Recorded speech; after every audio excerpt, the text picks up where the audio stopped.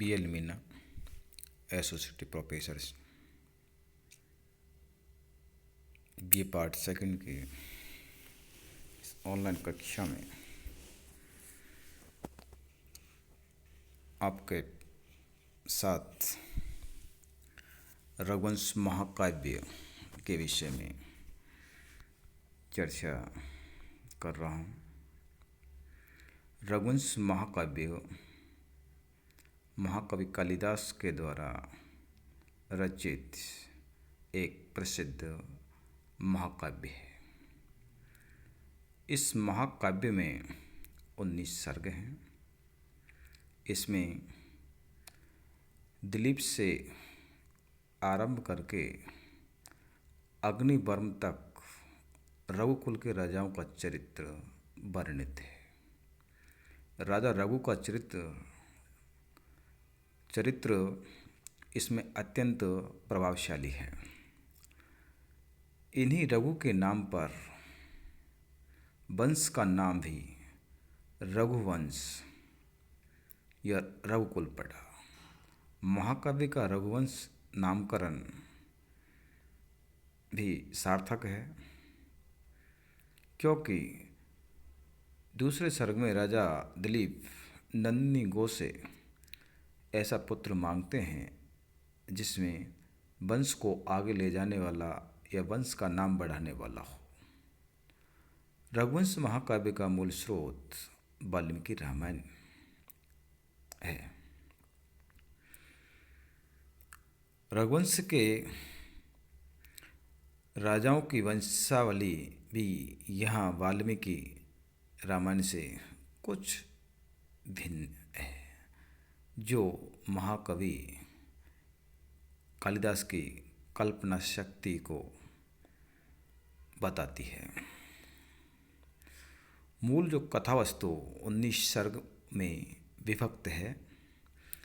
प्रथम जो सर्ग में दिलीप संतान प्राप्ति का उपाय पूछने अपने गुरु वशिष्ठ के आश्रम जाते हैं। वशिष्ठ उन्हें नंदिनी गाय की सेवा करने का परामर्श देते हैं। द्वितीय सर्ग में दिलीप की गो सेवा, दिलीप की परीक्षा तथा नंदिनी के प्रसन्न होने का वर्णन है। तृतीय सर्ग में रघु का जन्म और उसके विषय में विस्तार से वर्णन है। चतुर्थ सर्ग में रघु के राज्याभिषेक के पश्चात उसकी दिग्विजय का वर्णन है, जिसमें कवि ने सारे भारत के विभिन्न प्रदेशों की मनोरम झांकी भी दी है। पांचवें सर्ग में विश्वजित यज्ञ करके अपना सर्वस्व दान करने वाले महाराजा रघु के त्याग का अत्यंत प्रभावशाली और प्रेरणास्पद चित्रण हुआ है। इसी सर्ग के अंत में विदर्भ के राजा भोज अपनी पुत्री इंदुमती के स्वयंवर के लिए रघु के पास दूत भेजते हैं और रघुपुत्र राजकुमार आज स्वयंवर में भाग लेने के लिए प्रस्थान कर देता है। षष्ठम सर्ग में स्वयंवर का चित्राकर्ष वर्णन है। इंदुमती अज के कंठ में वरमाला डालती है। सप्तम सर्ग में अज का इंदुमती से विवाह और उसका विस्तार से वर्णन है। स्वयंवर में आए अन्य राजा अज से युद्ध छेड़ देते हैं और वे परास्त होते हैं। अष्टम सर्ग में राजा रघु अज को राज्य सौंपकर स्वयं वानप्रस्थ हो जाते हैं। इसके आगे नारद की वीणा से गिरी माला के स्पर्श से इंदुमती का निधन तथा अज का उसके प्रति विलाप का विस्तार से वर्णन है। नवम सर्ग दशरथ के शासन के वर्णन के साथ आरंभ होता है। दशरथ भूल से वन्यगज के भ्रम में श्रवण कुमार की हत्या कर देते हैं और उन्हें पुत्र वियोग में मरने का श्राप मिलता है। दसम सर्ग में दशरथ का पुत्र यष्ट यज्ञ रावण से त्रस्त देवताओं का सहायता के लिए विष्णु के पास जाना, विष्णु का दशरथ पुत्र के रूप में अवतार लेकर रावण का नाश करने की घोषणा तथा राम आदि का जन्म वर्णित है। 11वें सर्ग में विश्वामित्र का राम और लक्ष्मण को अपने यज्ञ की रक्षा के लिए आश्रम ले जाना, ताड़ का खरदूषण का वध, विश्वामित्र के साथ राम और लक्ष्मण का मिथिला जाना, राम के द्वारा सिद्ध धनुष का भंग, राम लक्ष्मण भरत और शत्रुघ्न का विवाह तथा परशुराम का पराभव आदि घटनाएं वर्णित हैं। 12वें सर्ग में दशरथ राम के राज्याभिषेक का विचार करते हैं, तभी कैकेयी उनसे वरदान मांगती है। इस सर्ग में राम के वनवास से लेकर शूर्पणखा वृतांत, सीताहरण, वालीवध, सीता खोज, राम रावण युद्ध, रावण वध तक का वर्णन निहित है। 13वें सर्ग में पुष्पक विमान से अयोध्या लौटते हुए राम सीता को धरती के सुंदर दृश्य दिखाते हैं। भौगोलिक स्थलों के प्रामाणिक वर्णन, सीता वियोग की करुण स्मृतियों के चित्रण और भारतीय वसुंधरा की सुषमा के निरूपण की दृष्टि से यह सर्ग विशेष रमणीय है। 14वें सर्ग में राम राज्य अभिषेक के पश्चात राम राज्य का वर्णन। इसी सर्ग में राम के द्वारा लोक अपवाद के कारण सीता का परित्याग वर्णित है।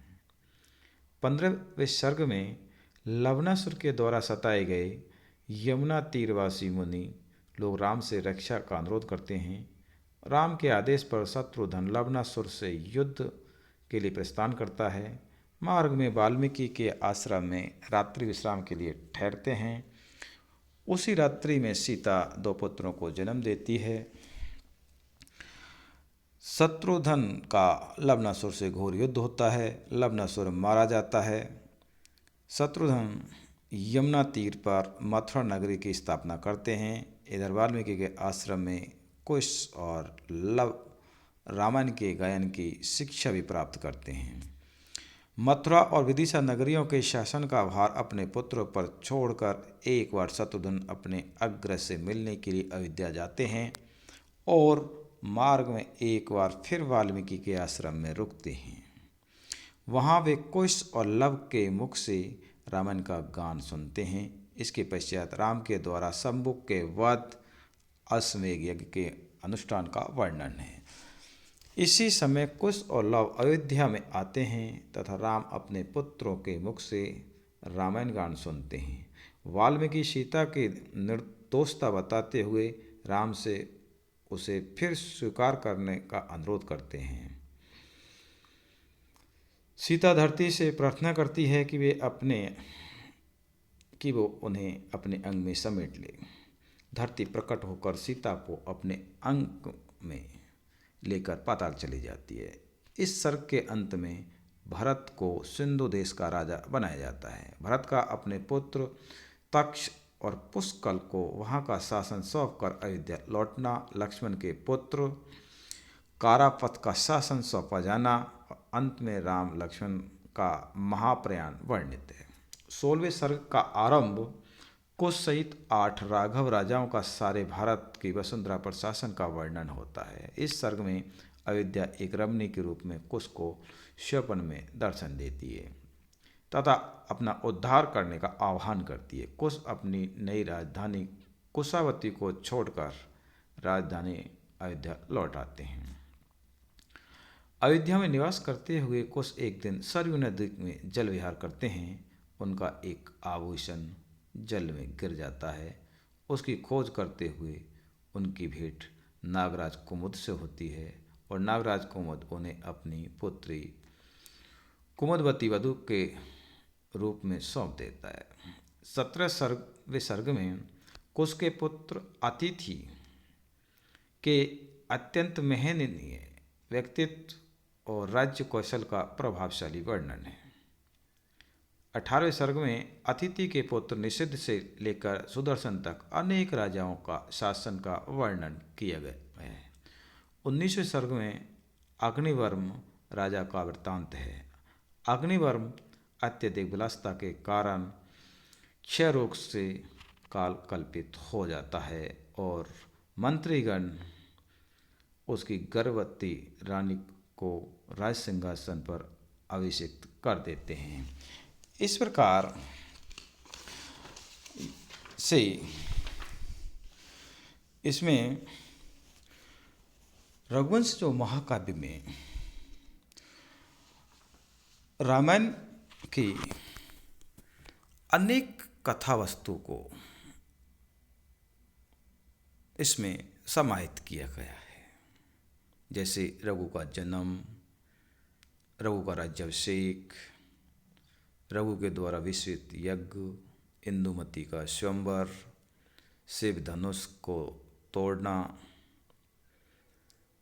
ताड़का खर दूषण का वध, राम लक्ष्मण भरत आदि का विवाह, राम का राज्याभिषेक, वनवास, सीता हरण, शूर्पण का वृतांत, बाली वध, रावण वध, लवणासुर की कथा, राम का राज्याभिषेक, राम राज्य, शंभुक वध इत्यादि का इसमें विस्तार से वर्णन रघुवंश में प्राप्त होता है, जिसमें महाकवि कालिदास ने अपनी कल्पना की उड़ान को भी उकेरा है। धन्यवाद।